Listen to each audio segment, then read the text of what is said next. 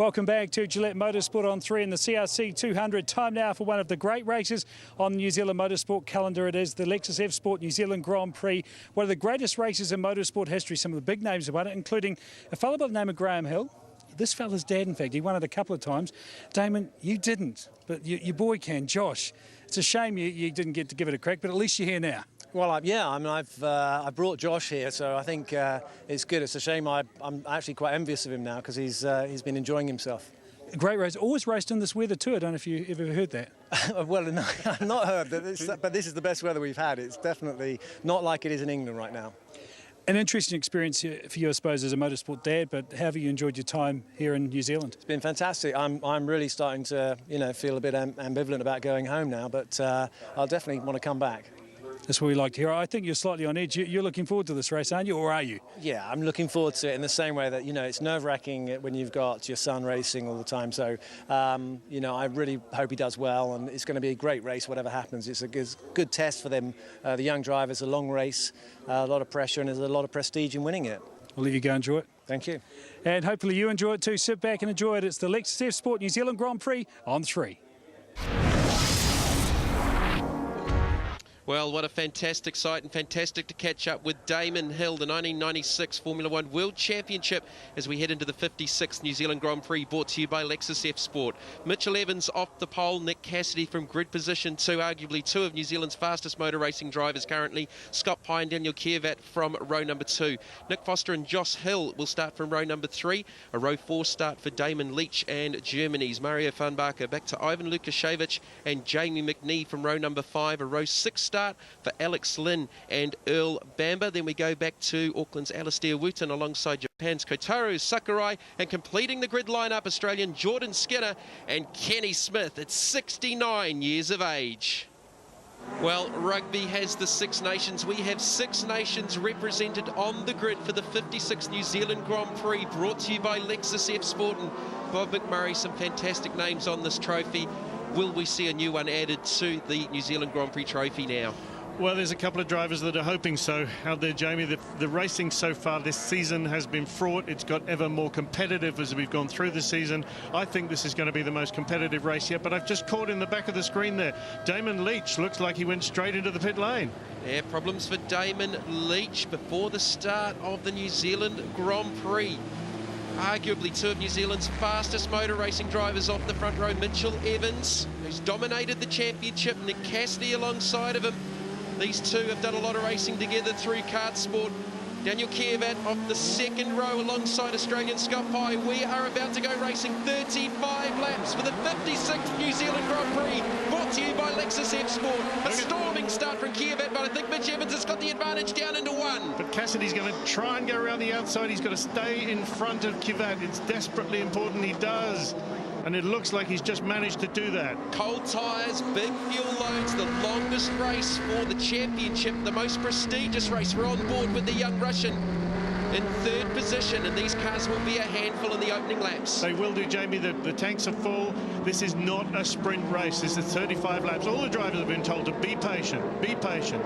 Just the race will come to you, but I'll guarantee they won't be patient. And here's Damon Leach in the pits. I can't see what's happening with the engine cover off, and that is a problem. Oh, that's heartbreak for Invercargill's Damon Leach. So Mitch Evans out to the early front running, chased by Nick Cassidy.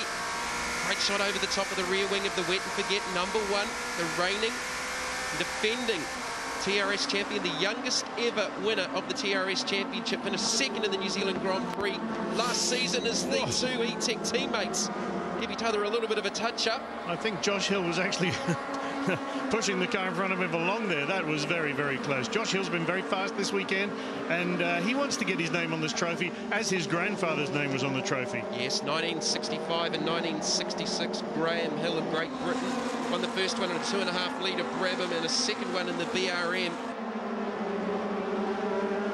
So the tyres will be coming up to temperature in about half a lap time. It's a very warm day here. The track is hot already, but these tyres take just a little bit to get under their correct pressure and under their correct temperature. a lot of the grid are starting off on some new tyres and some partially scrubbed. So there's going to be a little different setup for the cars in the first few laps until they settle down. Well, again, you really want these race cars to be coming on later on in the race. You don't want them to be too aggressive, too early, too fast, too early. But what you can't plan on is a safety car. Exactly. You can't plan on a safety car, and of course if there is a safety car it means a problem for somebody, and we know that in the Toyota Racing Series the safety cars have bred a very fraught restart, and lots of people have profited by that. So Earl Bamber is the defending New Zealand Grand Prix champion from a year ago. That's a bit Nick naughty. Foster, I think. Wheel to wheel. Josh Hill just letting him know that the grass is on the right-hand side. Damon Leach has got going. He's just coming out of the pits and trying to keep out of everybody's way. Yeah, he's a couple of laps down. So Earl Bamber up into the 9th position. He won the New Zealand Grand Prix last year. This is the 56th running of the New Zealand Grand Prix, brought to you by Lexus F Sport. It's just sort of building up in these early laps. There is a long, long way to go here. Earl Bamber has come into the series just recently. He just wanted to get into this New Zealand Grand Prix. He has had a very difficult weekend so far. That's why he's starting a little further back, but I think he's got the car underneath him now. It is very quick. There he is with Tissot sponsorship on the car, and a lot of people have put a lot of time and effort into getting him into this car. He's running the team himself, and let's hope he can actually make a good fist of it, because so far this weekend, as I say, it hasn't turned out very well. So Mitch Evans, 64.9, was a 10th quicker than Cassidy. Kievat was on same lap pace as Cassidy, back on board the race leader. Hard at work at the wheel. A beautiful view backwards there from Mitch Evans' car, isn't it fantastic? Look at the track. It's dry, it's green, it's blue sky, and we've got another 30-odd laps to go. Let's see who can run a tactical race, and let's see who can get over that line first at the end. That's the most important lap after all. You got the Giles Motorsport team cars 1 and 2. Victory Racing in 3rd with Daniel Kievat. To the E-Tech Motorsport team cars, Scott Pye and Josh Hill. What's going to be going through Josh Hill's mind right now? He knows his grandfather has won this race twice previously. Does that put a little bit of extra pressure on as we look at this unique onboard view on board the Red Bull number 29? What a great shot on Kievat. Look at the tyre there as well. You see how that rubber is building up on the inside shoulder. Now you watch as he goes around this right-hand turn. They should just build up a little bit more, because all the pressure's on the outside of the tyre, so it's picking up the dead rubber on the inside. As he comes down the straight, that will all scrub away again. It'll start the lap again. Coming back for Josh Hill, extra pressure? No, I don't think so, Jamie. I think he's very aware of it, as his father Damon is. They're very aware of it, but I think, and I've spoken with Damon about this before, once the visor goes down, once you start racing, you tend to forget everything else around you, and he's got enough to worry about at the moment, because he's got Scott Pye in front and Foster behind. Well, that's sad sight. Damon Leach's race looks to be over in the Zero Fees car. He was so disappointed at such an early stage of the 56th New Zealand Grand Prix. That is. This is his first season in the Toyota Racing Series, and he is another one that's been very quick this weekend. Just a shame for him, but, you know, I think he's young enough to come back and have a good few more goes at the New Zealand Grand Prix.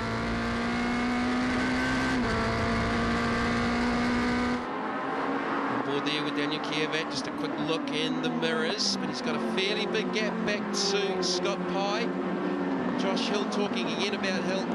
Damon's got to be happy with the progress his young fella has made over the last couple of rounds. I think so. I think, talking with Damon again, Josh has managed to cram an awful lot into a very short time driving in the Toyota Racing Series since he's been here. He's picked up a lot of knowledge, but this is the whole reason he came here. The whole reason he came here was to get racing experience, race against guys who are used to these cars, and to cram a lot of experiences. He leaves New Zealand after the New Zealand Grand Prix, and he goes back to England. He's testing next week in Spain, and he's flat out into his season. Well, just coming down here for this series will make sure that he's got a running start on the season up there. And you've obviously had the opportunity to talk to Damon at length. Has he mentioned the quality of the driving talent down this part of the world at any stage? Yes, he has. They expected it to be tough. They expected it to be a lot of good drivers down here. We've only got 5 New Zealand drivers in the field.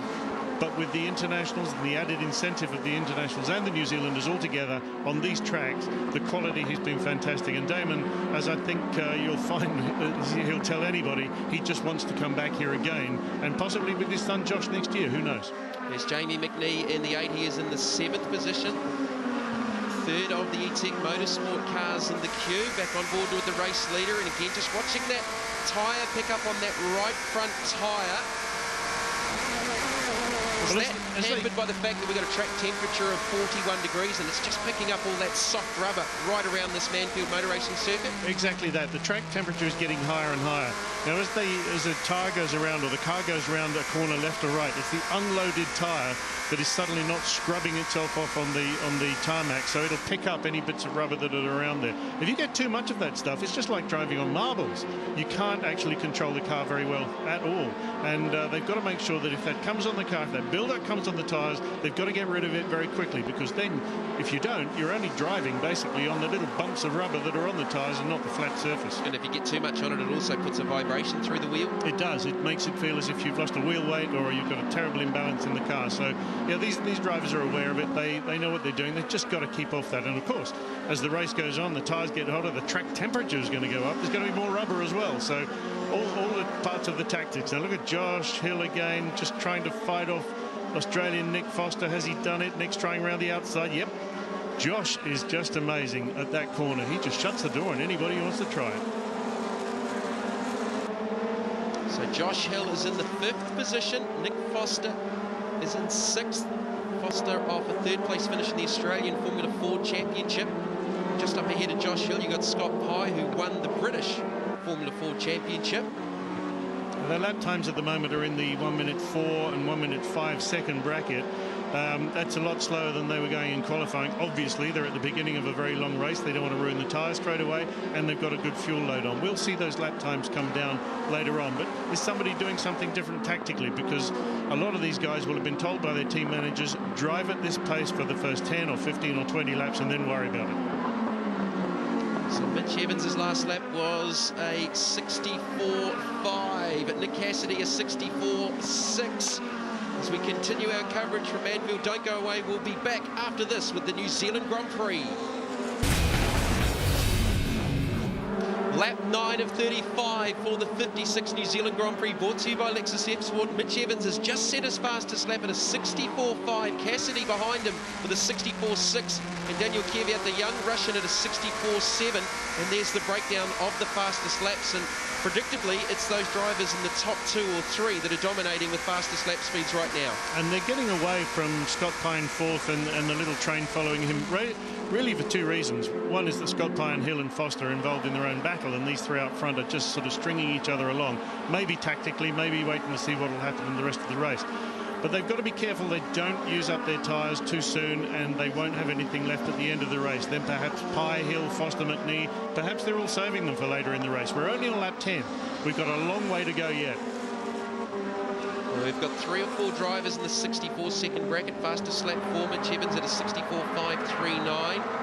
64.613 for Cassidy, 64.790 for Kvyat, and 64.999 for Scott Pye. Those are the only 4 drivers in the 64-second bracket. Josh Hill just a little bit out of shape through the S's on the approach to the hairpin. Just a little bit ragged going in there, losing the back end a little bit, but he collected it up. I don't think there was any great problem there, but still the front 3 string themselves out from the rest of them. So Mitch Evans, just 16 years of age, the youngest ever Toyota Racing Series champion, chased by Nick Cassidy, who's also 16 years of age. You see Mario Farnbacher there, and he's another one that's had a bit of a frustrating weekend. Oh, Jamie McNee slowing. To McNee? Jamie McNee is slowing on lap number 11. There's all 4 wheels pumped, tyres pumped up. It doesn't look like he's got a flat tyre. He must have a mechanical problem somewhere there. Well, that is cruel luck for Wellington's Jamie McNee. He will join Damon Leach in the pits so early in the New Zealand Grand Prix. So we're at about 3rd race distance. Lap times continuing to come down. Jamie, do you think young Nick Cassidy is shadowing Mitch Evans here deliberately? Is he just staying with him? Do you think Cassidy has the capacity to get past Evans? He certainly looks as if he's not losing any ground. Deja vu, Mr. McMurray, because in this situation last year, it was Mitch Evans leading, being stalked by one Mr. Earl Bamber. That's right. Yeah, well, I think maybe Mitch Evans will be very aware of that. Perhaps Mitch is the one that's controlling his pace. They're only a tenth of a second apart on lap times, effectively. So maybe they're just controlling each other. They know each other very well, as we've said before. They've raced each other quite a lot. Nick Cassidy's first year in the Toyota Racing Series. Mitch Evans is experienced in this series, but they're still equally as fast as each other.